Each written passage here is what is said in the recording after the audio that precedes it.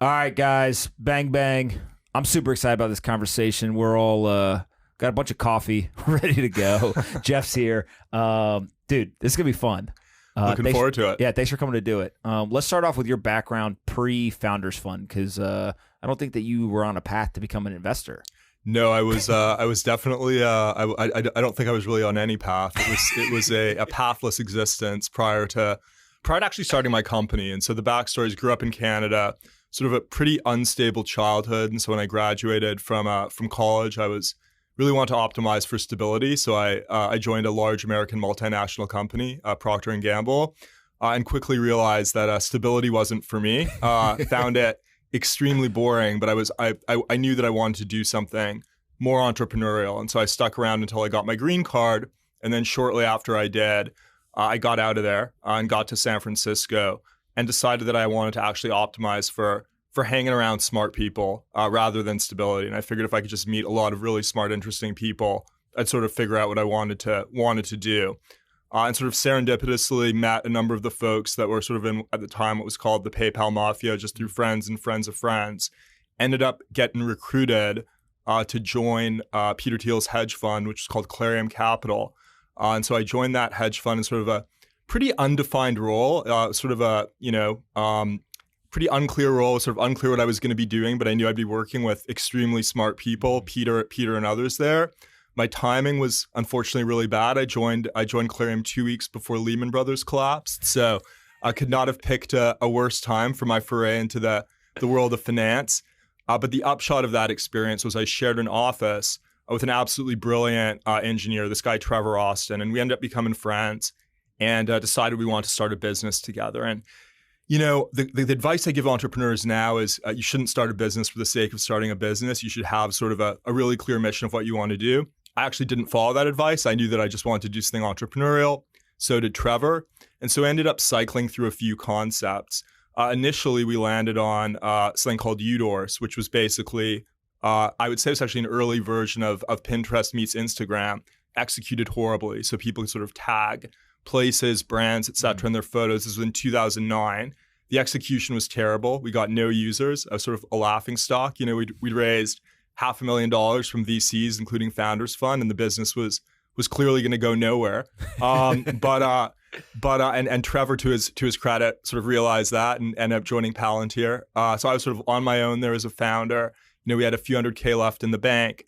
And I was like, I just can't fail, because for me, failure wasn't an option. I mean, it's like I'd nowhere else. I could have gone back to Clarium or something, but I ended up sort of pivoting the business, putting together a new team of co-founders, Ash and Oz, and we ended up turning that business into something called Top Guest, which I think the pithy way to describe it would be sort of a Cambridge Analytica for hotels and airlines. And so we were pulling a lot of social data with people's permission. We got the permission and giving them loyalty points from programs like United Mileage Plus, Starwood Preferred Guests at the time, et cetera, in exchange for sharing their social data. So sort of a enabling SaaS tool for these hotels and airlines. This was circa 2010.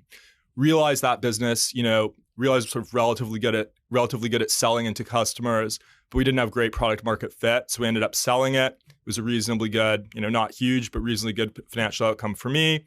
Went from, $40,000 in credit card debt to, having, some money in my bank account, which was nice. In the positive? In the positives, that was I always joke that's the first step to financial freedom, right? Is go from negative to positive and then worry about what the positive number is. Oh, it was really life changing. So sort of like, I'd lived my early career had been very much in sort of this matrix type environment. So, you're at a place like Procter and Gamble. There's this existing structure. It's been around for hundreds of years. There was a lot less true at Clarium. It felt a lot more generative. You could sort of do new things. Sort of a lot of openness to folks trying different projects. And then when we actually left and we started the business, the startup, you're just completely out of the matrix. And so it's sort of like you somehow have to just make it work. And then, after I sold the company, what I realized was I wasn't very good at executing these technology businesses. But I felt like the ideas were actually quite good. So the idea for Udorse, I felt was a very good idea. Later, proven by folks like Instagram and Pinterest who executed phenomenally well. The idea for Top Guest, I would argue, what we were trying to do was make travel more personal. I'd sort of argue that Airbnb sort of ended up doing that in sort of a different way. And so figured that I should try and optimize in a direction towards figuring out what ideas are going to work in the future, but not actually having to build the things myself, which is what led me to Founders Fund. What one of the things you said that I've heard over and over again about Peter's just entire world is you came onto Clarium with like an undefined role. And I think a lot of people, especially in startup world, like they're trying to like textbook, hey, what should I do? Okay, we have a role, let's go find somebody. And if you listen to, Peter Thiel, Keith Rabois, a lot of these folks are like, look, find young people who are kind of undervalued given what their potential is. And even if you don't have a role, like just get them in the door. And if they're good, they'll figure out how to create value, right? And it sounds like that was something that you kind of were the person being plugged in without that defined role. Was that something that you thought was a positive or a negative at the time? I thought it was hugely positive. And one of the things it does, it engenders tremendous loyalty. So if you give a young person, a chance who really doesn't have a traditional background. I mean, I didn't go to Stanford or Ivy League school. I was working in, CPG marketing. And so when someone gives you a chance and takes a chance on you, it engenders a lot of loyalty and there is an ARB. So, ideally, whoever's, and we try and do this at Bedrock, my firm now, we like to hire, young, curious folks who maybe aren't from the traditional backgrounds. We look for that with our entrepreneurs as well.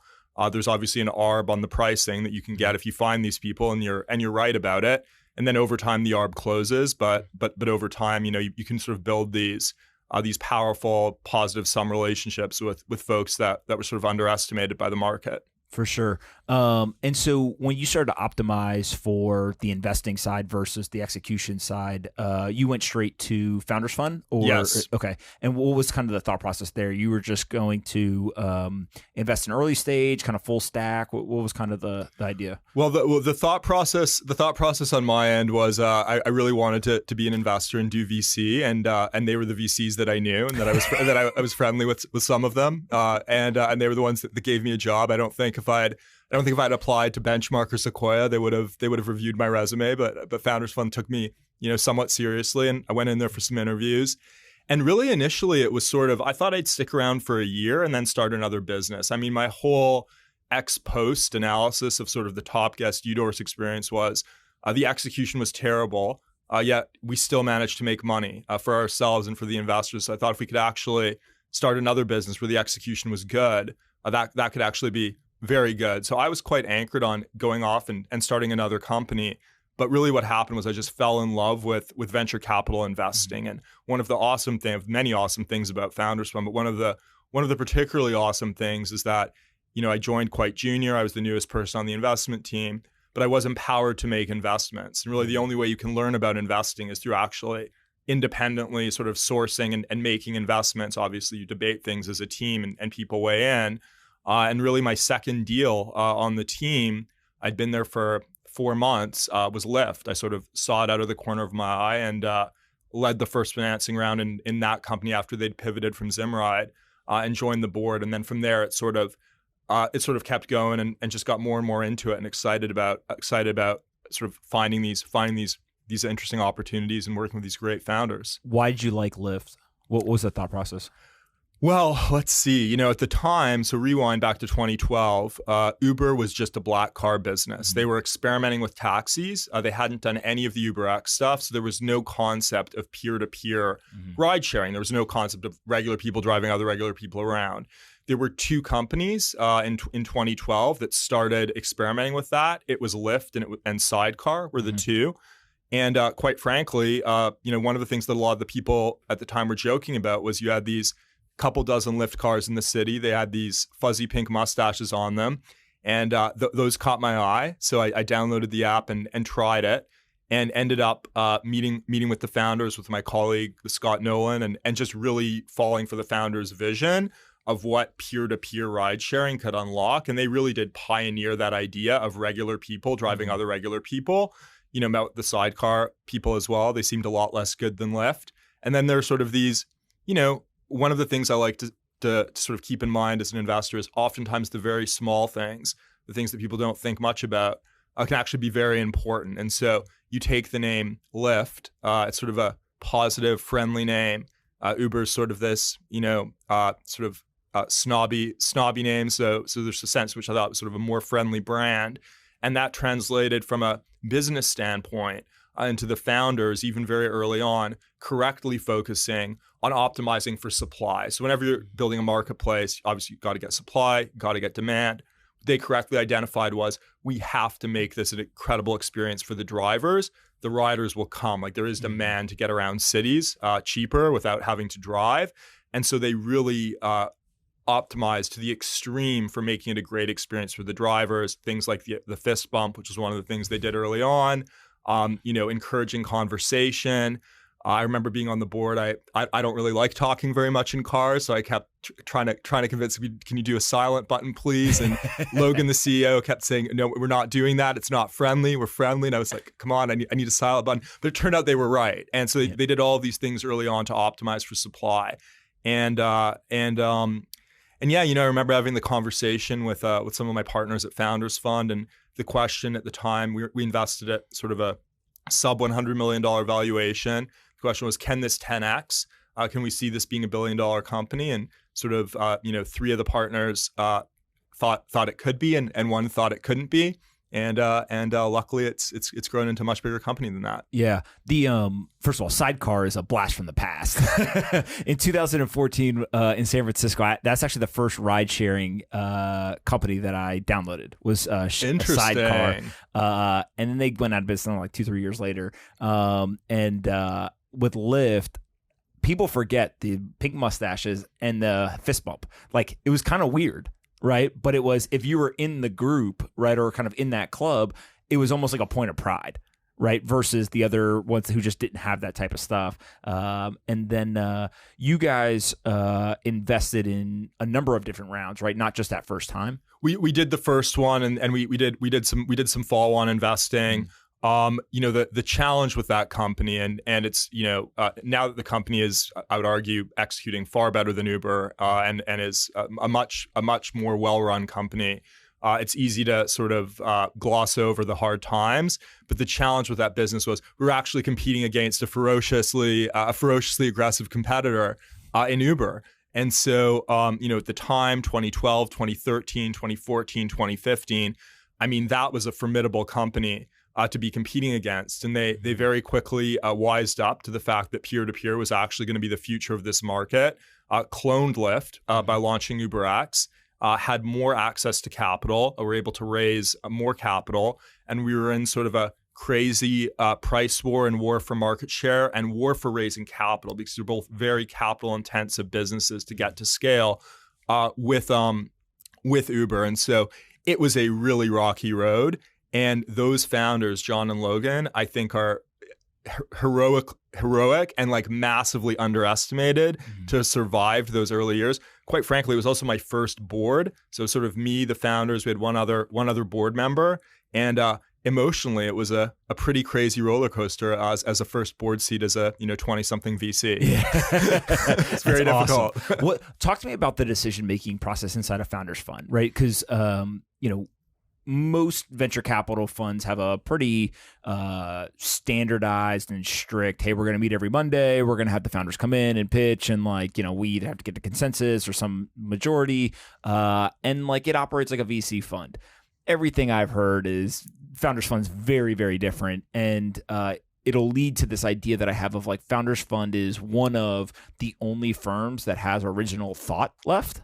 But kind of how do decisions get made internally that's different than some of these other firms? Sure. So, can't speak for how it works today. Yeah. Haven't been there for a few years since we started Bedrock. But back then, yeah, it was and anyone was empowered to source investments. If you're on the investment team, you can source investments, and then you've got to build a really strong case, and there's a lot of spirited and intense debate and a willingness to really hear out different perspectives and try and get to the truth about a company. And so I remember, before I'd even joined the team, I was invited on an offsite that they were organizing, and I remember that I was sort of pulled into this late night debate about a prospective investment, even though I had sort of very limited context, and my opinion was sort of heard out and valued and taken into account. And that is kind of the firm it is. It's a lot less top down hierarchical than I think many of the other firms are, and we've really tried to take a page from that playbook in how we build Bedrock. For sure. And the last thing on Founders Fund, just takeaways from working with Peter, and I think he's become over time like this mythical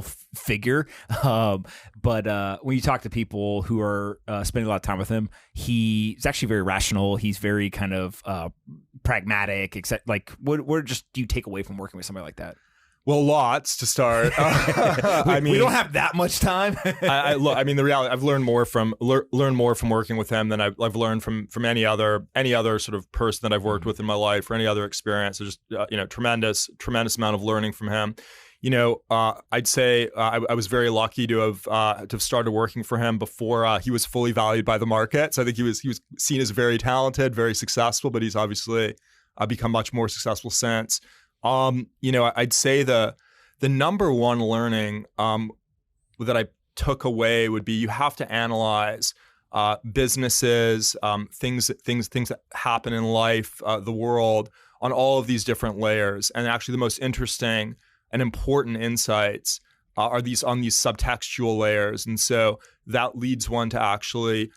You need to be quite interdisciplinary. So you need to think about the psychology around a business. You need to think about the psychology of the founders, psychosocially, why other investors might miss an opportunity, why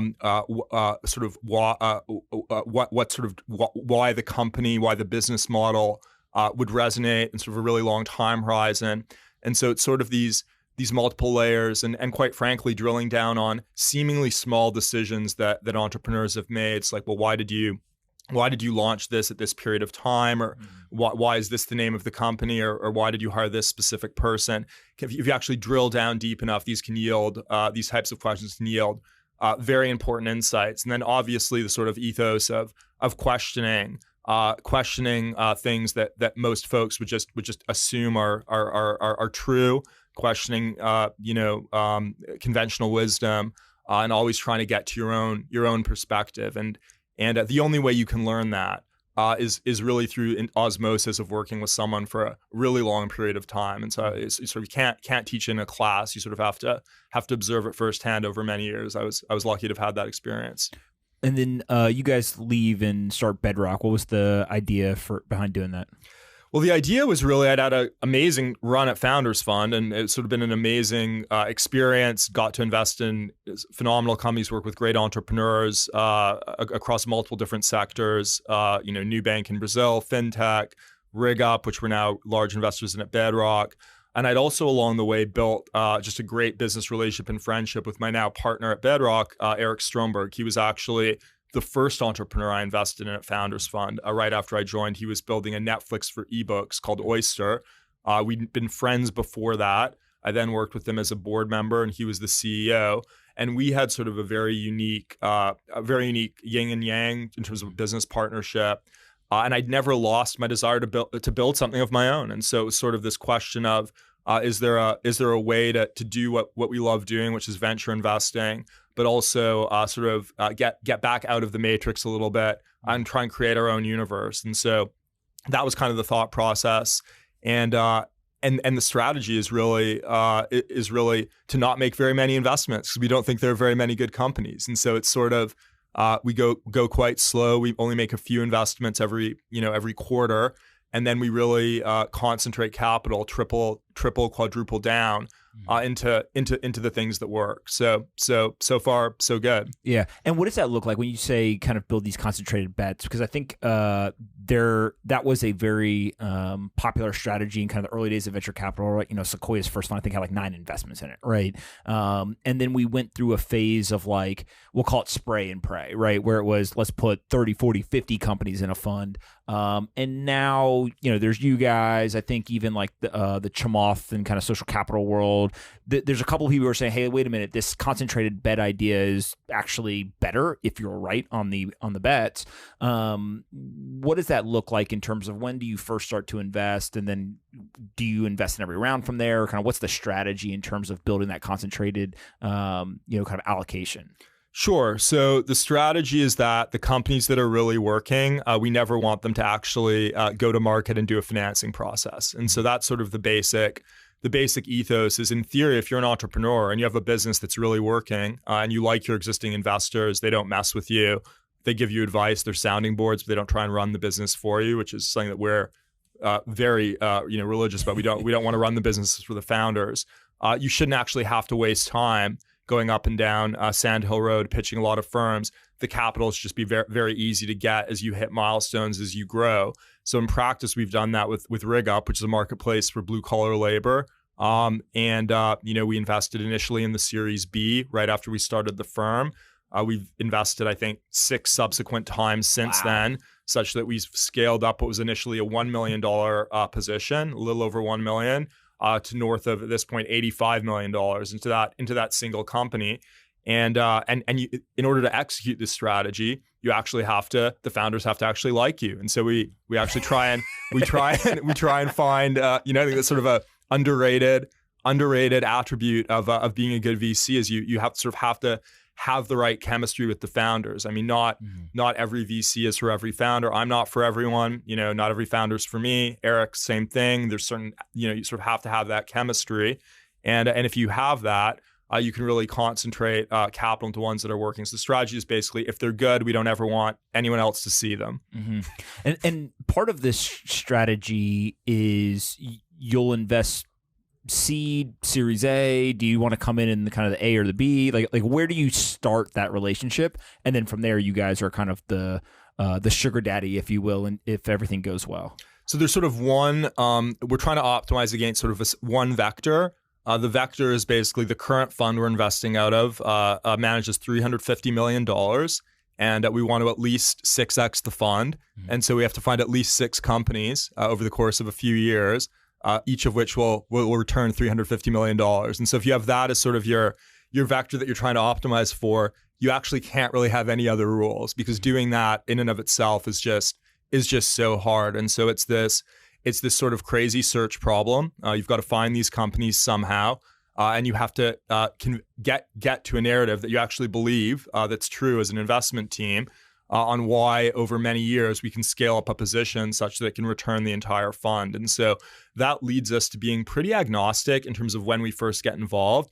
I'd say that seed, Series A, mostly Series A, Series B tends to be, for us, the right place, because it's a moment in time where there's something that you can sort of tell is working, but not everyone can tell it's working. So you can sort of get involved at a moment in time before sort of everyone realizes it's working. We sort of did that with a company called Clearbit. We did it with The Athletic and others, but no rules beyond. We're trying to find a number of companies that will return $350 million a piece.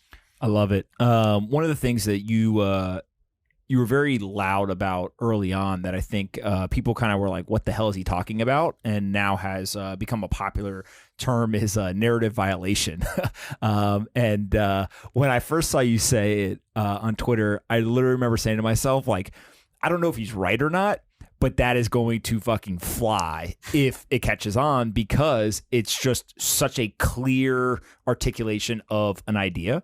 Where did that come from, and kind of like why is that the thing that you guys really kind of latched onto? Sure. So I will give the disclaimer that I do worry that it's become somewhat it's really caught on very powerfully, and whenever everyone starts using a term, there's always a risk that it's being way overused right now. So I do want to note that I'm definitely using it less these days. It is still Is Geoff narrative violating his own term? I might be narrative violating. I think there's these orthogonal terms that we like. So there's this one that actually someone who I met over Twitter came up with, which I'm going to shamelessly ape, which is narrative void. And so we like to find these companies where there's just no narrative around them. They're sort of these weird idiosyncratic businesses. I think one could argue that something like a Lambda school was that when we invested. Certainly, narrative violation would be RigUp, where you sort of have all of this energy around climate, clean energy. And sort of there was early on the business initially started off in the oil and gas industry as a marketplace for labor there. That was a very unpopular sector, sort of ignored in terms of the popular narrative. And then so that would be a narrative violation. Something like Land maybe was a narrative void. There was sort of no one could really categorize what it was. And then there's this whole idea of narrative mirages, which is VCs, as everyone knows, tend to be incredibly herd-like, and these popular narratives can really lead to very frenzied behavior, and we want to always avoid those. And so I think where we initially, I initially heard the term on maybe it was a Jordan Peterson podcast. I think he may have used it. He used it in a very different context. We use it in an investing context. We're talking about markets, companies. I think he used it in sort of a different context, and it sort of stuck with us. And we wanted to see, could we build out a sort of thought piece around this. We wrote our letter, which we published to our website in 2018. And really didn't do much to get it out there. And over the last few years, it sort of has really just taken off and sort of really been read by lots of folks, and people reach out all the time. So it's this idea of most popular narratives are sort of, they're often true, but people often believe they're more true than they are, something like that. So you need to question it. Yeah. And part of this is like in investing, the best investments to make are the non-consensus investment, and you got to be right. So if you do something different than everyone else and you're right, there's a lot of money to be made. If you do something that's different than everyone else and you're wrong, then like you're just the idiot. Right. It's kind of the way I think about it. And so the narrative violation, it's not just about, hey, everyone thinks X is true, we're going to go do Y. It's, you have to have a reason for it, right? And I think that's the part that kind of gets lost. And now that it's being overused, it's like almost become cool. A couple years ago, it was cool just to start a company, right? But that was kind of the tail end of that being cool. Now all of a sudden you see people saying, oh, this is a narrative violation. Well, like, yes, but that doesn't necessarily mean that it's right. Right. And I think that's a really important piece of what you guys have done is you've proven time and again that you found something that wasn't consensus and it's continued to work. Right. And you guys have kind of been right in doing that. Yes, I don't like the non-consensus and right framing, because I think that's sort of the benchmark, what benchmark says. So I'll let them own that. We'll keep narrative violation over here. Our name sounds similar, Bedrock, benchmark. So we need some differentiation from them. And so I think I will stick with narrative violation. No, I think Howard Marks is the first one to say it in like I think it was like a 1992. I'll probably get the year wrong, but I think he was one of the first people to say like, look, you gotta have to do something different than everyone else and be right. He was talking about it more like fixed income type stuff. But benchmark might have borrowed that from him. Interesting. Well, I do think the sort of incremental piece that hopefully is somewhat generative for folks who do sort of think about these narrative violations is that definitionally in the term you sort of have to ask, well, where do the narratives come from? Mm-hmm. And more often than not, the most dominant narratives come from the media. And so there's a sense in which if you actually are pursuing investments that are counter narrative, you actually want to be looking for things that either the media is not writing about, they're not talking about, or oftentimes things that they're critical of. And that's sort of an additional lens that you can apply as an investor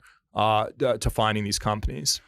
Narrative Mirage is another part of this, right? So it's kind of the narrative violation is the thing that is different, but also these narrative mirages are the things that everyone's talking about that actually may be incorrect. I know you guys have some thoughts here, like around scooters and things like that. Maybe talk a little bit about how you think about the narrative mirage. Certainly. So I'd say one that we've thought has been a narrative mirage for a while has actually been the whole frenzy around direct-to-consumer brands over the last number of years. And so, we founded Bedrock in late 2017. We haven't made a single direct-to-consumer brand investment. There's not a single one in our portfolio. And the reason why was because you had the investors valuing these businesses as technology businesses when they're more like a Procter & Gamble or CPG business. And so that's something that we've argued, behind the scenes with folks in our world. We think a lot of these D2C businesses are narrative mirages, and now just recently the narrative's very sharply turned against them. You only need one or two of them to get in the public market and get slammed. The Casper IPO, you have the brandless bankruptcy, and this all very unfortunate stuff. And these are great founders. It sucks it's happening. But you have sort of the Casper IPO, the brandless bankruptcy. You've got the FTC stopping the Harry's acquisition. I mean, that must just be brutal. If you think you've sold your company and now in fact and the you haven't. The government says no. The government says no. You sort of got to go back and make it work. I mean, man. So in fact, there might actually be. So what that means is there might actually be opportunities in direct-to-consumer brands in the future, and the valuations are probably going to get rationalized because of these developments. So that would be an example of something that was a narrative mirage. We've remained consistent that when we started the firm, we launched it into we launched it into two things: the crypto craze, which I think that is going to be long-term right, and I think we're aligned on that, and the scooter craze, which we've been very consistent on, that we are very skeptical of, and we think it's a narrative mirage, and it's sort of this market where it sort of works particularly well on every narrative layer, and so if you sort of unpack it, there are all these layers to a narrative. So you've got founder, you've got company, you've got market, you've got society. And so from a founder layer, it's sort of, the founders of the scooter companies generally worked at the ride sharing companies. They were generally at Uber or Lyft, and in some cases both. So it's like, okay, it's sort of a straight line to ride sharing. The market, sort of, again, straight line to Lyft and Uber. This is for short distances, last mile, et cetera. Societally, they're sort of good for the world. And so in a world where we're talking a lot about climate change, sort of this, nice electric scooters, man. nice thought that we can all just ride around on our electric scooters. It doesn't matter if it's, 20 degrees outside and snowing or raining or whatever, we'll still just ride the electric scooters everywhere. Sort of inconvenient. They don't work when the weather's not great.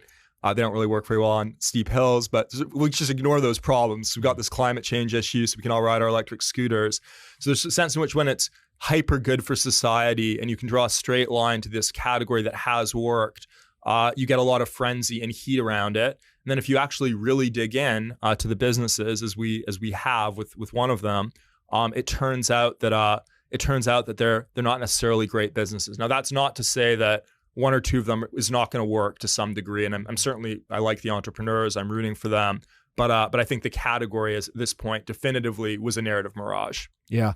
And then crypto, where's the conviction there? Kind of why so heavily convicted on that, given you guys are fairly critical of other things that people are excited about, right? Because in 2017, there were a lot of people excited about crypto. And we didn't do anything in 20. We didn't do anything. No, correct. Interesting. Yeah. Okay. So when did you guys start to do things in crypto? Was that more like 18 bear market? Well, I'm not going to say exactly what we've done, but we got involved in crypto at a moment in time when it was very unpopular to do anything in crypto. That's all I'll say now. I'm not going to disclose any more details. That's all you need to say. You guys recently announced The Athletic. So I want to talk about a couple of the investments you guys made, and some of this we agree on, some of it we don't. What's the logic behind The Athletic?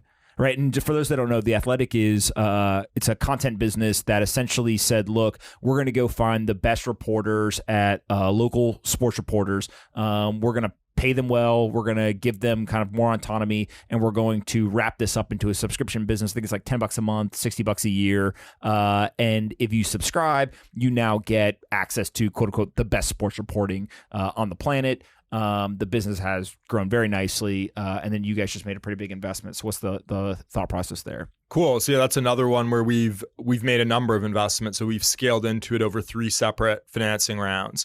So we always like to start with the entrepreneurs and the founders. And so if you sort of rewind to shortly before we started Bedrock, my partner, Eric Stromberg, I was at a Y Combinator demo day. I think it's the last YC demo day we've attended. We don't really go to those anymore, but the last YC demo day. There are all these presentations. Then after the demo day, you have all of the investors sort of swarm the hot companies. And so Eric, to his credit, was looking for the founders that weren't being swarmed by investors. The 2 founders of The Athletic, Alex and Adam, were sort of standing in the corner. No one was talking to them. No one wanted to hear about the business. And so Eric went up and started talking to them and almost made a seed investment, but didn't, unfortunately. It would have been a great investment, but kept in touch with them, built the relationship over a number of years. And because he'd been working on Oyster, which was a subscription business as well, that wasn't a huge success. It was acquired by Google, but wasn't a huge financial success. Had really spent a lot of time thinking deeply about the mechanics of what makes a great subscription business like a Netflix, like what do you need to have? And there are a few things that he gained very high conviction that need to be true. And by extension, we at Bedrock sort of had an ethos around with subscription. One is, retention is just everything. And so you want these sort of ultra high retention businesses where you have sort of very low churn. 2 is you need differentiated proprietary content that you just sort of can't get it anywhere else. You need passionately loyal readers or listeners who are passionately loyal to the actual content creators. And then you need some sort of winner take all dynamic on a market by market level. And so with The Athletic, what's so interesting about sports is, in any given market, there are a handful of teams or a handful of sports that people are really passionate about. There are a handful of writers that sort of real people do passionately follow. And if you can actually, by having great retention through a paid subscription, pay these writers, these content creators more than anyone else, you can create this phenomenal flywheel where you basically lock up these local sports media monopolies with these great writers. You give them a platform to grow their reach, and the economics work over time because the retention of the businesses is astronomical. It's something like 80% one-year retention, which is sort of well north of Netflix, well north of Spotify. Unbelievable numbers. We spent like a month verifying the numbers before we invested. So we sort of really didn't believe them.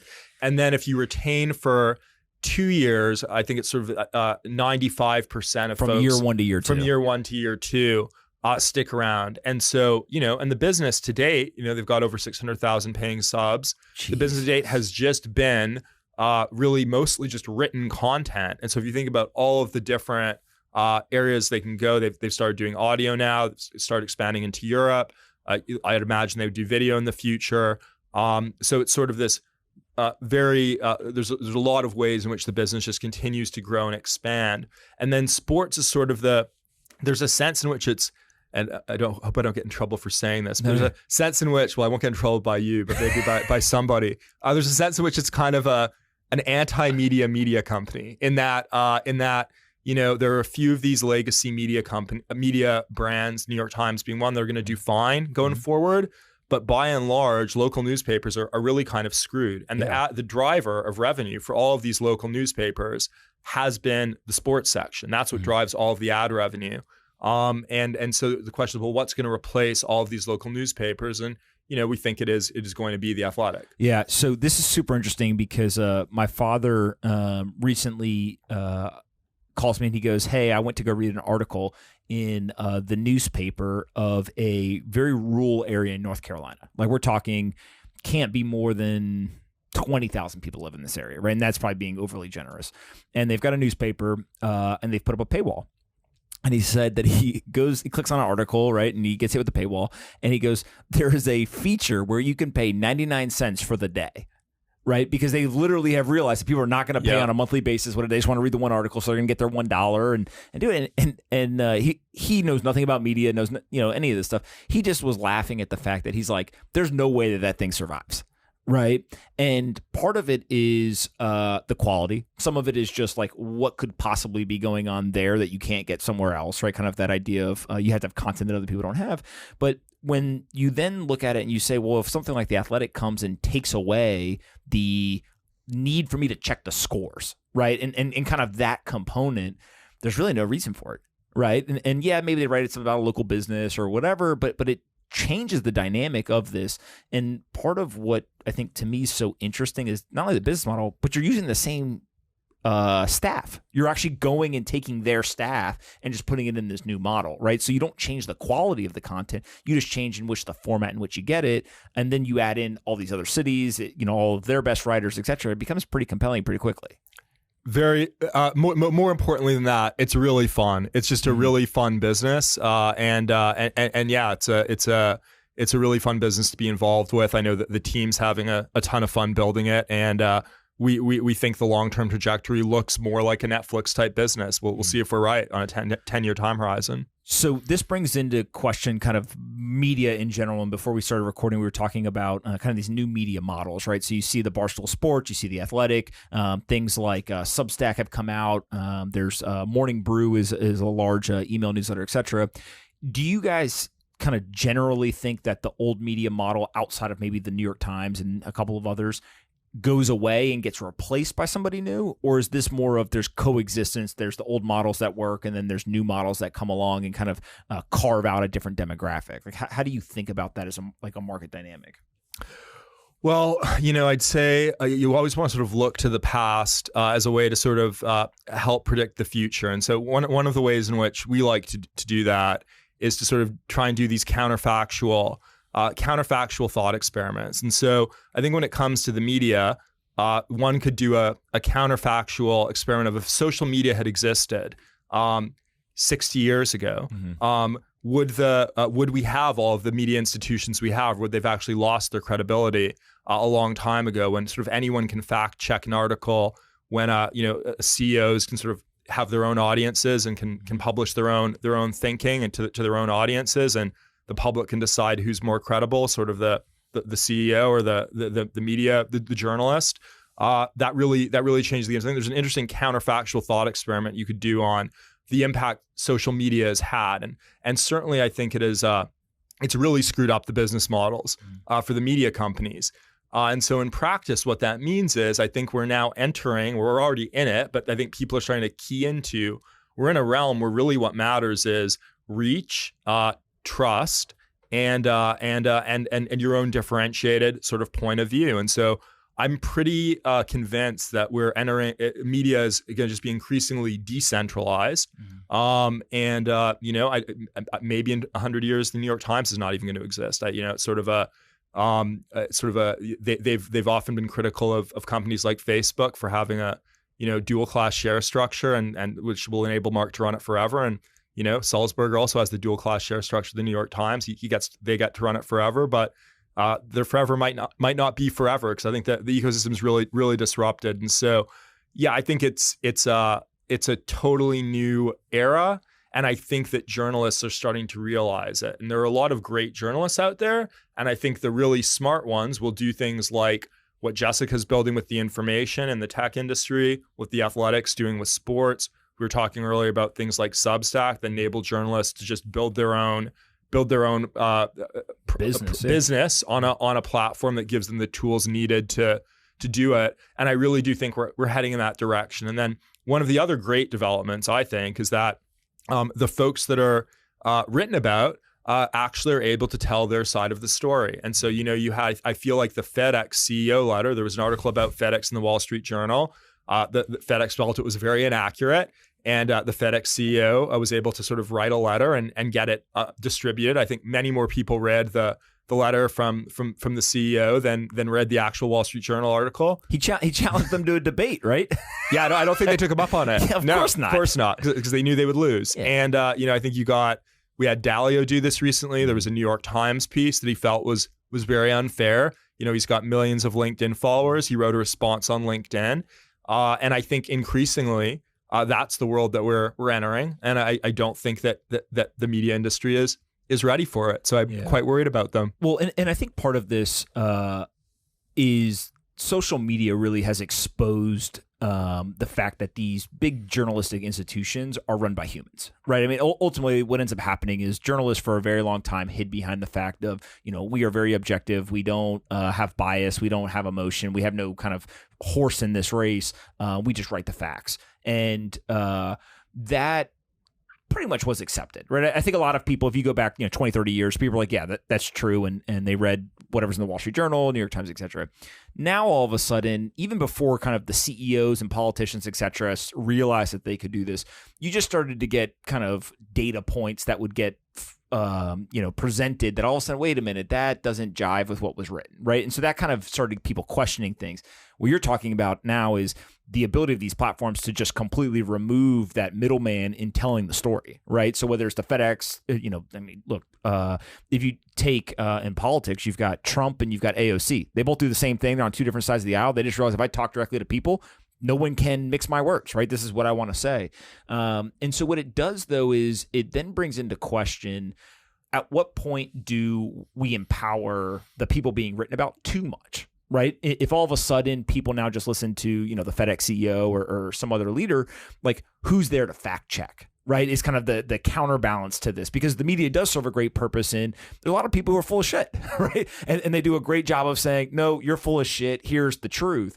And so that's my fear, right? It's like the writing's on the wall and kind of we know where we're going, but what's that counterbalance to kind of keep optimizing for truth, because I think it's possible to not just rotate back to the middle, but actually over-rotate in favor of the people who were being written about, and now they can just bullshit and kind of people just have to take them at face value. I 100% agree with you. This is a massive risk, and something I'm very concerned about as well. My hope, and this is sort of the optimistic version, would be that the folks that do fact check and publish truthful articles and can build their own businesses on platforms like Substack. We're talking about a 20-year time horizon. I'm hopeful that there will be trusted new brands in media that are trusted to be a source of truth. I think the unfortunate reality of what's happened is you've had these historically trusted media brands that have oftentimes published articles that are not wholly truthful. And so you can't both be the arbiter of truth while also publishing things that aren't truthful. And I would also note that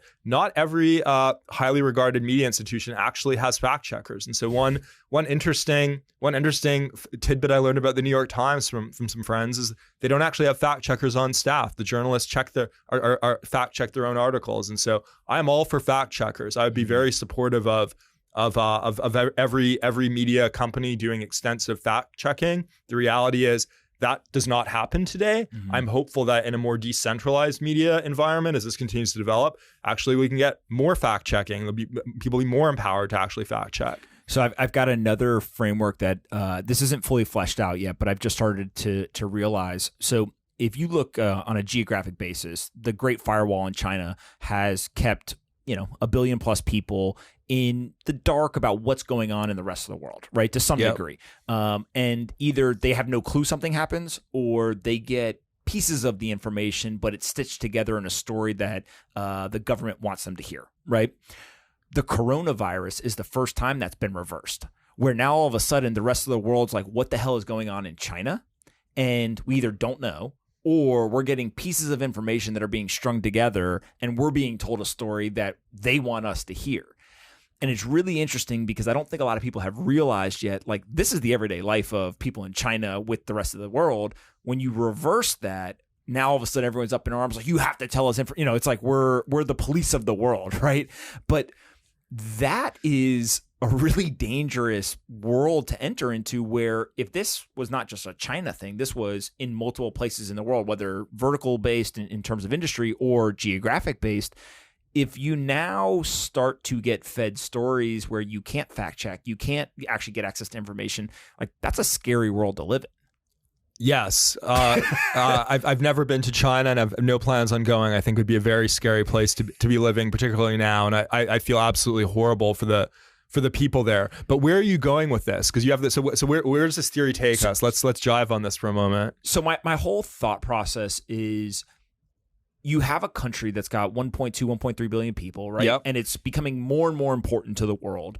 And the coronavirus is like something that grabs everyone's attention because there's kind of the fear-mongering aspect of it. It's health-related. There's people dying, right? All that kind of stuff. Well, it might actually be really, really bad. So yeah. I don't want to downplay it. Absolutely. But what I mean is it's easy to grab people's attention, even if the deaths aren't happening in the United States, et cetera, right? It's just the fact that death grabs attention. Yes. But if you pull it to less important things like technology, investing, businesses, all this kind of stuff, there was a wave in like the 90s and into the 2000s. Carson Block and some of these guys like realized, hey, we're being fed bullshit, right? These companies are actually frauds, and they brought them down. But now all of a sudden there's like this resurgence of, China's getting its act together, et cetera. There's a belief that, like, maybe we just are being fed the rose-colored glass perspective, right? And maybe it's not actually what we think it is. And then if that's happening in China to the rest of the world, like, could that actually be happening in the U.S., right? It's one of the things that, and I forget the exact data, I think it's the Federal Reserve has missed on GDP projections every single time they've ever estimated. Right? They're like, for like 250 times or something. Yep. Which is fucking crazy, right? That like at some point just flip a coin, right? And you can at least get close. But then you start to look at, now we also see things where like numbers get reported and all of this financial activity happens. Investments, stocks go, up, down, sideways, whatever. But then they go back and they recalibrate the numbers, a quarter later, 2 quarters later, but no one talks about it. And so when you start to like unpack some of this stuff, it's almost like, is that intentional or is it just really hard to count, in a highly complex environment? And so it leads to this idea that I start to just think around like, you literally have to fucking question everything. Correct. Right. And like, that's not a world I think that most people are well positioned to do. Like, we actually don't have the skills especially in the United States, the skills to question everything because we're so used to just accepting information that we're given. But also too, if you question everything and you start to get answers you don't like, I think that quickly jumps off a cliff that people just aren't thinking about, aren't ready for, etc. And this is everything from the Jeffrey Epstein type stuff all the way to, literally what's going on with how many people have died. Like that should be pretty easy to measure, right? But there's numbers I've literally seen 10x in variation of numbers. Like that's big fucking, spectrum, all the way to like, did a dude get killed or did he commit suicide in a government facility? That had no one had ever died in that facility before, by the way. Yeah. And it's like, I'm always, if Plano was here, she would immediately be like, hey, stop doing the conspiracy theories, right? But like, it's getting dangerous. But it's not so much conspiracy theories as it's pulling back on this thread of like, if we have to question everything because the information we're being fed is questionable, where is the line? And I think what we're realizing is like, there is no line, right? It's not just economic data. It's not, information in stocks, whatever. It's actually like a lot of different types of information. And so when you take away the trust in information, like, I don't think we've had that before. So like, where does that take us? I don't know. I don't think there's any way to predict where it takes us. I think the lesson is, or at least the realization is, we should have been questioning everything all along. And so certainly that should really sink in for folks, that one should have been questioning things. For all the previous, the boomers should have questioned things. Yep. Gen X should have questioned things a lot more than they did. And I'm optimistic that the fact that more and more people are keying into the fact that actually you need to form your own view of reality. You need to question what you're being told, come up with your own answers.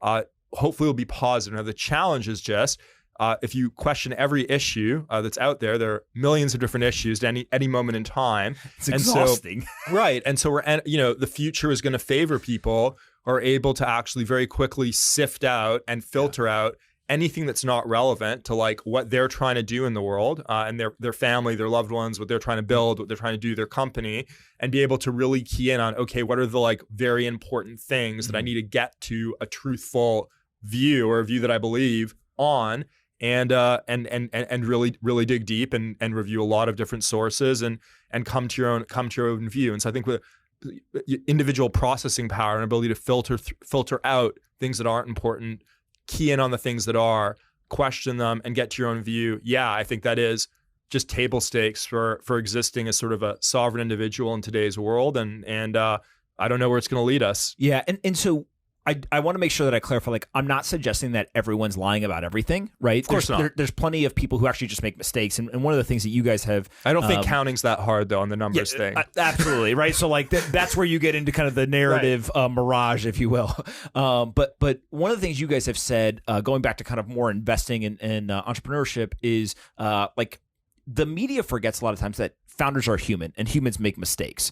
And that doesn't mean that if you make a mistake, like, we shouldn't call you on it, we shouldn't say anything bad, but like, there is this element of like, it's okay to make a mistake, right? And so how do you guys think about that internally? And not even so much with your portfolio companies, just more of like, tech was really good for a number of years, and then it became like the bad people, right? And like, oh, let's all go yell at these people. They're being too successful, right? So like, let's go attack them.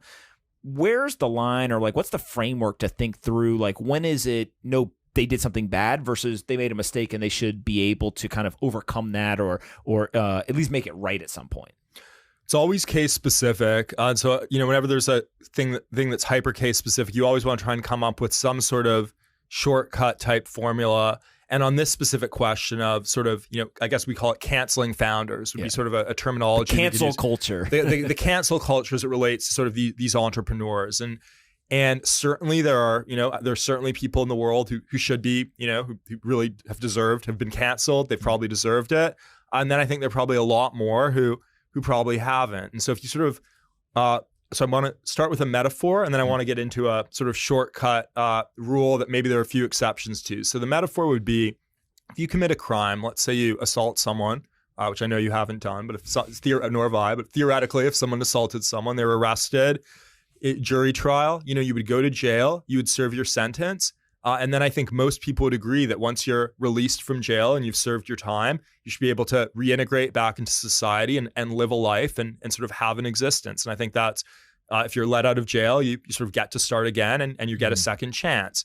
There is no equivalent for cancel culture. And so if you're canceled, your life's permanently ruined. And it doesn't matter why you were canceled. It's just your life's over and no one wants to talk to you anymore and you can't do anything else. And so it strikes me as really bizarre that there's a second chance for ex-convicts, but not for people that have been canceled. That seems really screwed up to me. So I think I'd love some sort of get out of jail option once you've been canceled. Unfortunately, I don't quite know what that is. And then I'd say the shortcut on this is, one of the great, I've learned, so many things from Peter Thiel. One of the great things I learned from him was that when you're evaluating the business model of a company, these laundry list type business models where it's like, well, we can monetize through advertising, through subscription, through selling the data. When there's a laundry list of different business models, it actually means there's just no business model and the company doesn't know how to make money. And I actually increasingly think this laundry list analogy can apply to the cancel culture stuff as well. And so I'm very skeptical when there's sort of a list of accusations that aren't all the same thing. And so if someone's been accused of doing the same thing over and over again, like that's bad, probably bad. But, in the case of something like Away, where you had the board try and cancel, or the media tried to cancel Steph Corey, the CEO, she's the CEO of the company, she's now back. It was sort of this laundry list of mean things she'd said on Slack. And so it was like, well, she said this mean thing. And then she also said this really mean thing. And then there's this other mean thing. And it was sort of a list of mean things that she said. And that made me sort of very skeptical of that as a cancellation. Now, she's now back. So that's a really positive development. If you rewind to when Travis was canceled from Uber, and to be clear, disclose my bias up front, I am not a natural ally of Uber or Travis. So to be clear, you were one of the biggest investors in Lyft and was literally on the board. Yeah, it was basically yes. He caused me a lot of emotional trauma while I was on the Lyft. He was the formidable competitor that you talked about earlier. Correct. Yes. Not even Uber, just Travis. You never want to compete against. It was actually Travis, and I think Emil was pretty good too. But you never want to compete against. Yes, but in any case, the retrospectively, if you look back at the series of facts that led to him being ousted from Uber, it had a very laundry list feel to it. It was sort of like, well, he was was mean to this driver, and yeah, it was really stupid. He shouldn't have said that. It was offensive, but I don't think it warrants being canceled from your company. It was like, yeah, there was this culture of weird sexual harassment stuff. He wasn't directly implicated in any of that. No one tied anything back to him.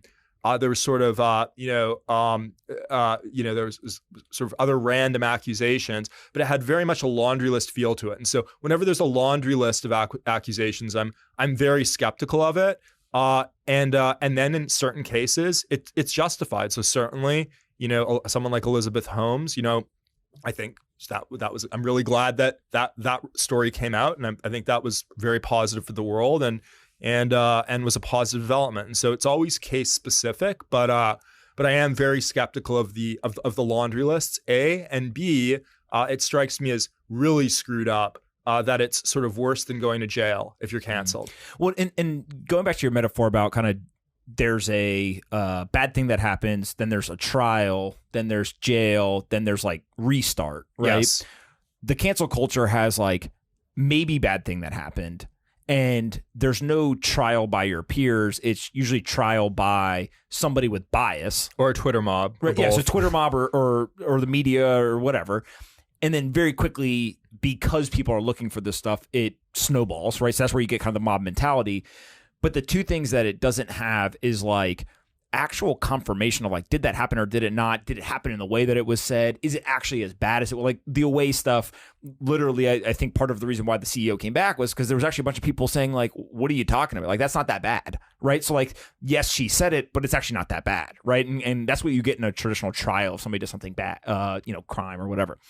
But then the other piece is like, there's no sentence, right? And I think this is what you're getting at, where it's one thing to, hey, you can't restart, but I actually think it's because there's no sentence. So in the criminal action, you're convicted and then you are sentenced, and that sentence is a very specific thing. You are going to jail. So you're going to go sit in this cell for 3 years. When you get out, your time is done, right? It's kind of like when you put a kid in timeout, right? You're going to sit there for 5 minutes. When you're done, it's over, move on. In cancel culture, there's no sentence, and therefore, if there's no sentence, you get in a world where like everyone has their own idea of the sentence, right? It's, that person should not be allowed to ever participate in building a company ever again. And other people think, well, if you sit out for a year, then okay, you've kind of served your time, quote unquote. You should be able to come back, and everything in between. If you don't have the sentence, you can't get the restart, right? And so like, it's not a crime, so you can't use like the legal system. But I agree with you that that is a missing component, which prevents people from being able to restart unless you're somebody like a Travis who literally just says, I'm going to sell all my Uber stock. I'm going to take my money. I'm going to go build another company, and like, good luck trying to compete with me. Right. I think that's the only thing you can do, because if you don't have that sentencing component, if you and I disagree on how long that person should be punished, then there's no right answer. That's right. But I will say that I think the tides are turning. And so there are a few cautiously optimistic signs here. So I'd say one, I think the Steph Curry case with Away was a case where she fought back and she sort of won the fight. And so I think the lesson one can take away from that is, if people are trying to cancel you and you as an individual, doesn't believe it, the grounds are valid, you need to fight back, and you need to get your allies to fight back with you. And so sort of fighting back against the cancel culture, I think we now have a data point, at least in a tech entrepreneur concept, that it actually can work. Mm-hmm. Moreover, I think people in powerful positions are starting to key into the fact that actually oftentimes it's quite unfair. And so perhaps patient zero for sort of the Twitter cancellation in sort of tech adjacent industry would have been like, do you remember Justine Sacco? She was an IAC. She was a PR person at IAC. She was going on a long flight to South Africa. Oh, and she tweeted this sort of very off color, it's not a joke that I would ever tweet. It was obviously really bad judgment, sort of off color joke. And was on this 14-hour flight or something. She lands and checks her Twitter. She was fired. And it was like literally retweeted 100,000 times or something, and mobs came after. She was fired. She was from IAC. She was just rehired by Match, which is an IAC company, to lead their PR. Now, it was sort of like a, 9 or 10 years of basically having to live in purgatory, but she's been brought back to the company that a subsidiary of the company that fired her. And so I do have hope that this is actually starting to change, and it's just up to everyone. It's up to all of us to, sometimes it's valid, and then we have to really question. Every case as a unique sort of situation, and people who are being canceled need to fight back if they think it's unfair. Yeah. And part of where this gets like a really slippery slope is, it's one thing for you and I as adults, like, we have brains that are fully developed, right? We can make our own decisions. Hopefully we are smart enough to not do dumb shit, right? And all this kind of stuff. But if you take a 16, 17, 18-year-old kid, right? I mean, how many kids have, the story that really blew me away was there were some kids, I think a couple of them got accepted to, it was like Harvard or something. And then I don't remember all of the details, but I think they had either racist tweets or something like that came back and actually got their scholarships revoked or their admission revoked, right? Now, guess what? Racist is really bad, right? And they should not have said that, etc. Right. But how many 16-year-old kids across the country of all races have said something, whether they were joking or not, right? Well, it was just that social media wasn't around to document it, right? And so like there's a whole generation of kids that are now growing up where they're immature, right? Their brains aren't developed. Like there is some question of, if we are going to document everything everyone does, where is the line? And the sad part is, like, I actually don't know, right? If I was sitting there as that administrator at Harvard or whatever the school was and had to make that decision, I don't remember all the facts, right? But like, I don't know how I would think about that. I don't even know if I have a framework to think through that. And so the cancel culture affecting adults who make adult decisions later in their career, like that's one whole bucket. There's a whole nother bucket for essentially kids, right? I mean, how many kids are putting dumb stuff on TikTok right now and is going to surface it, 5 years from now, and they get fired from their job, they don't get accepted to a school, whatever. Like, is that fair? I don't know, right? But like that's a whole nother component of this that I think just isn't part of the mainstream conversation, but will eventually have to be entered into that conversation because it's a reality of the world we're living in. Yes, and I would argue that this whole the cancel culture stuff is sort of an outgrowth of sort of the woke movement, and there's a sense in which you can think about sort of wokeism as a religion, just as Christianity is a religion. Now, I'm not Christian, but I do know that Christianity provides for people are sinners and they make mistakes. You can sort of repent for your sins and you can still be a good person, and that doesn't exist in wokeism. So if you screw up and are canceled, there is no second chance. So certainly in the children context, that's very dangerous. So if you sort of think about who the teachers in the schools are, I think tend to be somewhat in many of these institutions, many of these leading universities and private schools, et cetera. There's a sense in which wokeism is kind of becoming the religion, and I think there's some very valid attributes to it. But at the same time, it is sort of a very rigid religion, and we don't have any sense of what the long-term consequences are going to be. Yeah, I think you and I agree on the idea of like the world tries to make things black and white, and it's just not black and white. That's right. And so it's like case specific. It's very gray, and we have to be aware of what's happening because it affects everybody in all these different ways. And if you don't talk about kind of what's happening, then it just runs wild, frankly. Moving on, another thing you guys think a lot about, and I've seen you tweeting about, is growth valuations being heavily, heavily overvalued. That's not very popular opinion in many circles. Where is that coming from, and kind of how do you think about that? Sure. So, look, here's the reality of what's happened. So you sort of got it's very hard to get a return on one's capital today in this environment. So it's sort of like, well, how are you going to get a return on your money? And sort of one sort of place where over the last number of years, folks have been able to generate a good return has been in venture capital, and in particular, growth stage and some extent seed stage. So what you've seen is over the last 7-8 years, tons of capital, hundreds of billions of dollars have flown into the asset class. There are like hundreds of new funds that are getting formed every few months or so. And basically, in order to like scale up a venture fund from having a few $100 million to having billions of dollars under management, you actually have to actually deploy the capital. You actually have to invest it in things. And so you actually have this weird adverse incentive where you have these firms that are just trying to scale their assets under management such that they're investing in companies at valuations that are pretty crazy. And SoftBank was sort of the modal example. And I think that maybe had somewhat of an impact. There are obviously good growth stage companies, but yeah, I do think they're generally pretty overvalued. And sort of the broader point that I'd make is a lot of the things that we've called tech companies over the past few years aren't actually tech companies. And so certainly a lot of the fintech stuff, and I am pretty bullish on fintech. I sort of led the Series C in Nubank at Founders Fund. We've done a lot of fintech investing at Bedrock, but a lot of the fintech companies, their product is just money. And if you're selling money, that's not really a tech company that should warrant a tech valuation. Same thing can be said for the D2C brands. WeWork was not a tech company. They tried to put sort of a technology gloss over it. And these businesses have been able to command these tech valuations at the growth stage because you have so much capital in the venture asset class that is looking to get deployed. The other sort of perverse way in which this manifests is one thing that sort of people generally understand in venture capital is there are actually only a few dozen really good venture capitalists that have sort of generated the vast majority of the returns. So I became a VC in 2012. I think at the time there was sort of 10 or 11 who I thought were really good. At this point, there's maybe 30 who I think are sort of really good investors, have generated the majority of the returns for their firms.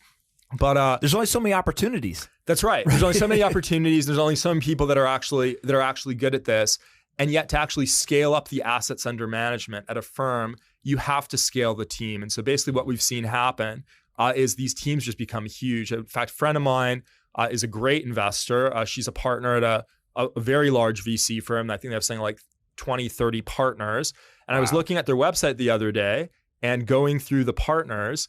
And I think only 3 of the 20 plus partners have really ever made any investments. And so there's all of these managing partners that haven't actually made any investments, but the firm manages, billions and billions and billions of dollars.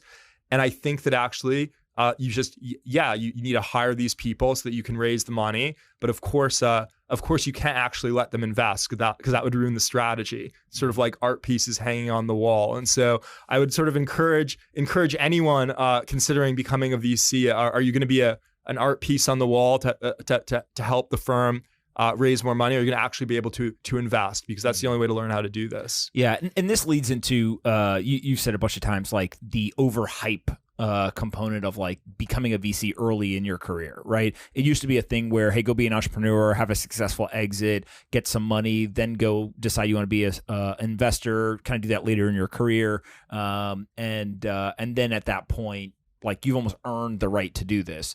Now, I mean, there's literally kids that are in early years of college saying, my goal is to be a VC, right? Like right out of school, I want to go work at a venture firm. How do you think about like what's too early, what's not? Is it a case by case thing? Like what's kind of the thought process if you're talking to a young kid about who wants to go do that? Yeah, look, it's always case by case. So, I mean, in order to be successful as a VC, you need to be able to make investments. So everyone we hire on the investment team at Bedrock is empowered to make investments. So that's sort of part one. So I think if you're a young person looking to be a VC, you should join a firm where you will be allowed to make investments. So that's sort of the gating factor. And then I think to be successful as an investor, you need 3 things. You need access to great companies. You need to pick the companies correctly, and you need to win the deal. And then, of course, you also need to be right over time. If you're sort of a young person coming out of college, it's very unlikely that you're going to have great intuitions on what businesses are going to really work. It's very unlikely you're going to have sort of differentiated access to companies. And it's very unlikely you're going to be able to win the deal. And so I think in practice, a lot of young folks can spend years and years in VC supporting, senior partners, never making any investments. You might end up getting a title as sort of a managing director, like, a lot of these folks at my friend's firm, and spend 8+ years there and never actually make an investment. But that's not a very fulfilling career. I mean, what gives us energy at Bedrock every day is we get to spend all day meeting with brilliant founders, deciding whether we want to invest in something, all over the world, all different industries, all different sectors. That's really exciting. I think running spreadsheets and writing market research reports for a sort of, random managing director, not a very exciting career path. So that'd be part one. I'd say part two of why I'm sort of skeptical of it is because it's become the hot thing to do. Definitionally, it's probably quite overhyped. And then finally, there is a sense in which it's a pretty comfortable thing to do. And so you sort of start doing it. It's very comfortable. A lot of folks don't work very hard who are VCs. That's not true of everyone. Certainly we like working and we work very hard, but not everyone does. So it gets very comfortable. But the lessons you learn as a venture investor, they actually aren't really applicable to many other things. And so you're not going to learn how to operate a company if you're a VC. You're not going to learn how to code a piece of software if you're a VC. You're not at most firms, you're not really going to learn about things we were talking about earlier, like how to question narratives and how to actually, that's not what most VC firms will teach you. Now, there are a few exceptions. There's a place like us and founders, and there are exceptions to this, but I think generally it's a suboptimal track for most folks. Unless you join Bedrock, in which case it's a good idea. And you talked about like as an investor, and I've always felt this way of like the job of smart people, or usually some of the smart people in the industry coming in and then teaching you about something is pretty fucking incredible, right? In that interaction, I saw you tweet and say that there's some people who say to founders, don't argue with the investor. right? Like basically go in, pitch, and like don't get in an argument. You took the opposite track, which I actually agree with. It's no. That's part of the fun of the pitch, right? Is wait a minute, I'm calling bullshit on this, or I don't understand this, and the back and forth kind of teases out more information. Why do you think other people say don't argue? And then kind of how do you guys use that debate or lively discussion to your advantage if other people aren't going to do it? Interesting. Well, I don't want to speak for the other people. What I will say for us is, through getting into a spirited debate, you actually can get to the truth about different things. And so you can push back on elements of the pitch as an investor and hear how the founder responds. Then you sort of unpack the answers and you ask follow-up questions. And it's a way to actually get to the truth. A. B, a two-way conversation or a 3, 4, 5-way conversation is much more fun than just having someone talk at you. And, one of the things that I think is just true in one's career is you want to optimize for having a lot of fun. And so if you're doing something where you're not having fun, that doesn't make any sense. So certainly just purely selfish reasons, we find it fun to debate. We like debating with founders. We like being proven wrong. We like hearing better arguments than our point of view. And we can oftentimes get convinced. I mean, founders have convinced me of opportunities I thought were crap through getting into these spirited debates and actually getting me to change my position. I think, a key marker of someone who's sort of curious and intelligent is like you're able to change your mind if someone makes a compelling argument. And that's a shocking idea in today's society. That's called flip-flopping. You can't do that, right? Well, I'm a notorious flip-flopper. but it goes back to this idea of like intellectual honesty, right? Yeah. And if you are actually intellectually honest with yourself, the things that you actually have high conviction on and are willing to like argue to the death, there's very, very few of them, right? And if you are presented with new information, why would you not change your mind, right? It's almost like you flip it and you're like, wait a minute, you're an idiot if you don't change your mind if you're given new information that proves your previous thought process was probably not accurate.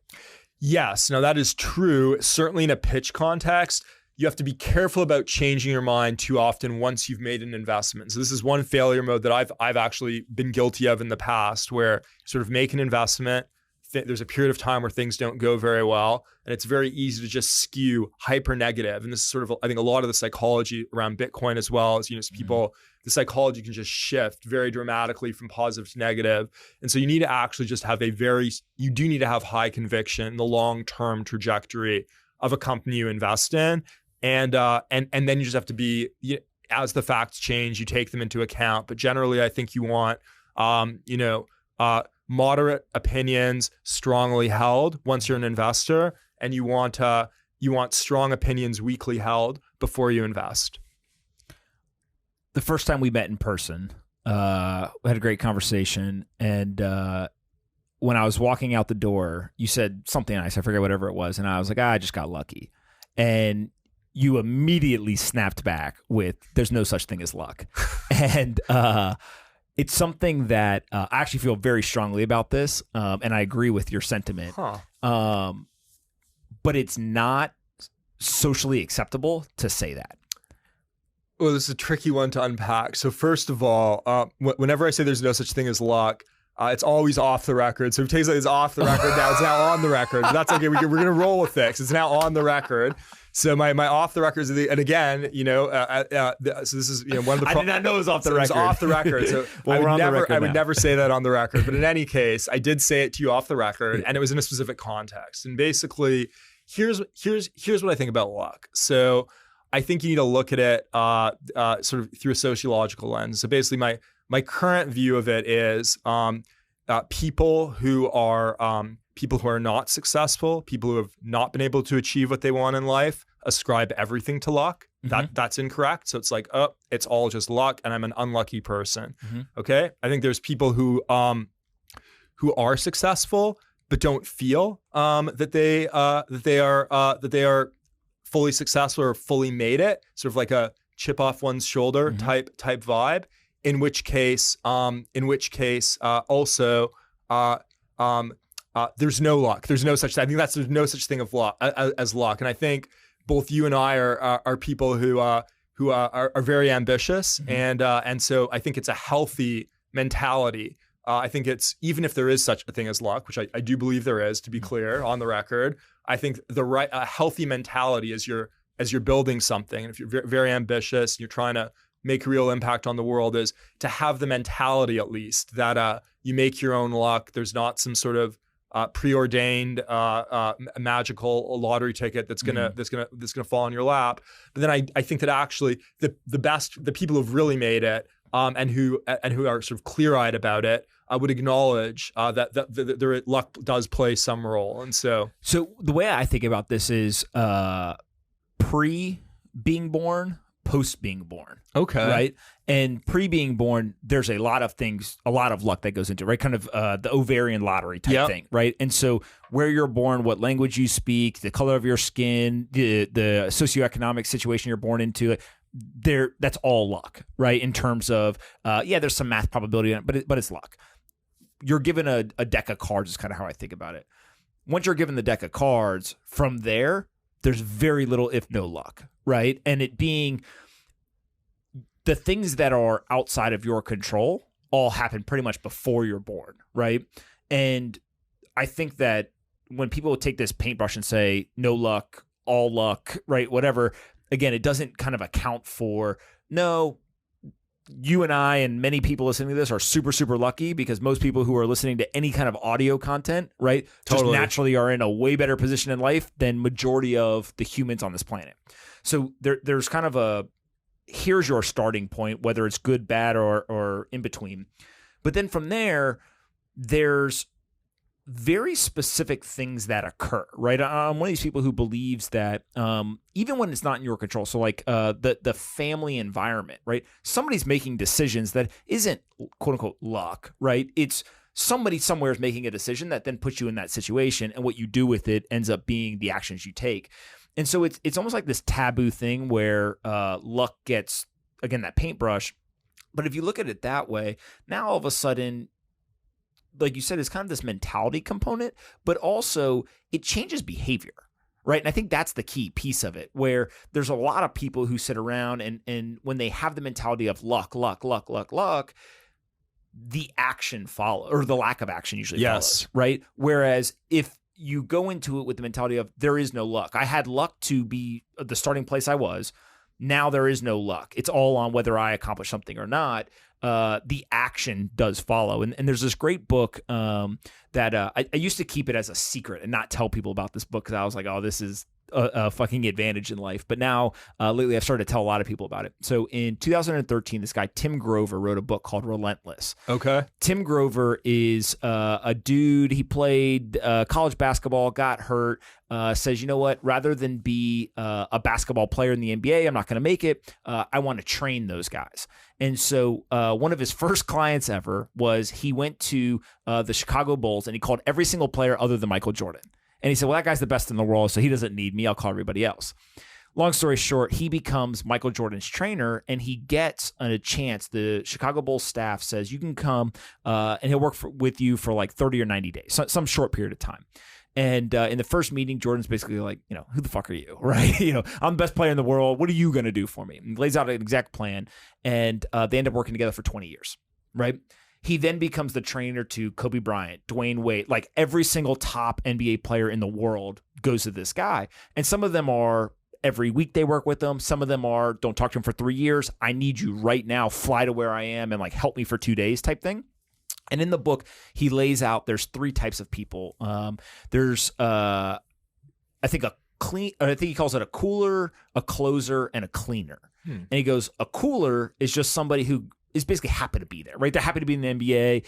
It's great if we're towards the end of the game, tell me the play, coach, and I'll go try my best. And where's the party at after the game type attitude.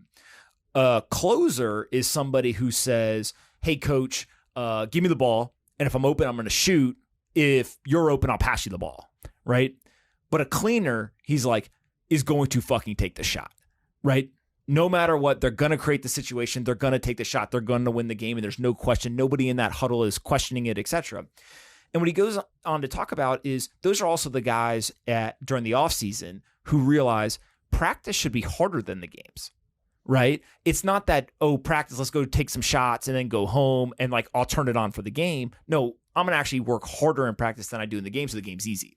And he goes through this idea, and it's uses the term cleaners, but the whole thing is around everyone else thinks, oh, he turned it on for the game. He got lucky in the game. The ball bounced his way this time. Like all of those kind of sports metaphors that are used all the time are associated with this idea of luck, right? And he doesn't talk about luck in the thing, but that's basically what he's talking about. But he goes, there's very select few cleaners that when they walk in the gym, everyone knows that's a cleaner and that person's here. And no matter what happens in this game, they're in control.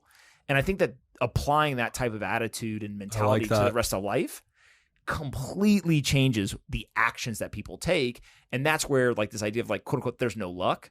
When you apply it in that framework, all of a sudden it's like, well, yeah, I do fucking believe that. It's a very healthy frame of mind to have. And back to your just deck of cards metaphor, it's about how you play the hand you're dealt. Yeah. I think it's a great way to look at it. What are you excited about kind of moving forward in the tech world? What is one or two areas where you're like, no one's talking about it, but we think that there's, incredible opportunity there? I always refuse to answer this. I always refuse to answer this question. But why? Why do you refuse? Well, you always want to refuse to answer the question because if it's an area that we're excited about, definitionally we haven't found the right company to invest in yet. Okay. And so, here's some thoughts. One, I do think there is a lot more on the sort of enabling infrastructure side of things. You just had the Plaid acquisition by Visa. Stripe is a phenomenal company. We think there's more like that. That these can be very valuable companies, sort of enabling infrastructure in fintech or in other areas can be very, very valuable. I'd say too is I do think there will be a new wave of consumer internet applications, and I think most people have just said consumer's dead. All of the energy, all of the heat is on enterprise SaaS. Those are to be clear, those are the businesses today that are working. They are mostly enterprise SaaS businesses, and we have a number of investments there. But I just think for a lot of the consumer internet applications are somewhat broken. There's got to be a new wave, and it might actually just take decentralization to make it happen. So it might be 10 years away, but I'm optimistic on that. And then there's always the question of what can you do on the biotech side of things to sort of make people healthier, and certainly with coronavirus, there's sort of heightened interest on my end in that whole world. But in practice, the companies end up not actually being that valuable, and so it's sort of like you get to a milestone, you sell it to a pharmaceutical company. So it's a question of is there some way that these companies can get more valuable? So there are a few things we're thinking about right now. Is that a capital problem? Like the access to capital is just not there for them to scale past, and they have to sell, or what do you think? It's sort of like it's very hard to build a drug platform, and sort of everyone pitches that, and then in practice, it's really hard to actually do. I think it is somewhat of an access to capital problem, and I think it's also in many cases a founder mentality type problem, and so there aren't that many founders that have sort of a internet software Silicon Valley type mentality to building a biotechnology business. So if you find a founder that actually does have that mentality, that's probably a really good investment to make. For sure. Any words on Bitcoin in terms of I think how you guys think about it? I mean, I think anyone can afford to own some should have some Bitcoin. So I think that's pretty common wisdom. I mean, we think of it as just an ultra long-term hold thing where you sort of want to just have it and hold it and not check the price for sort of, I haven't checked the price for years. I haven't checked the price in a long time, and we sort of don't want to check the price for a number of years. Mm-hmm. I really appreciate you doing this. My pleasure. Yeah. Thanks for having me. Where can people find you on the internet? You can find me on Twitter, although I am trying to use it less. For all the, especially now that of all the controversial things I've said on this podcast, just Gilu, JUSTGLEW, and you can find us at bedrockcap.com. All right. Before I let you go, I always ask everybody about aliens. Are you a believer? Yes, I definitely think it's more likely than not. What is the logic as to why you believe? It's not an easy logical sort of train of thought to deconstruct. I'd say that it's actually pretty irrational in that my favorite book as a young person was Contact, and I want to believe that there are these friendly aliens, and it seems more likely than not that given the vastness of the universe, there should be intelligent life somewhere else out there. I've asked this question to over 220 people, and you're the first person to basically say, regardless of the logic or not, I want it to be true, which I actually think is a very honest view, and many other people probably that's why they believe. Overwhelmingly, people say yes, that it's likely, but you're the first person to say it that way. We always try and be honest. Yes, always got to try and be honest. Hypocrisy is not a good look. I love it, man. All right, well, listen, thanks so much for coming to do this, and we'll definitely have to do it again. My pleasure. Thank you.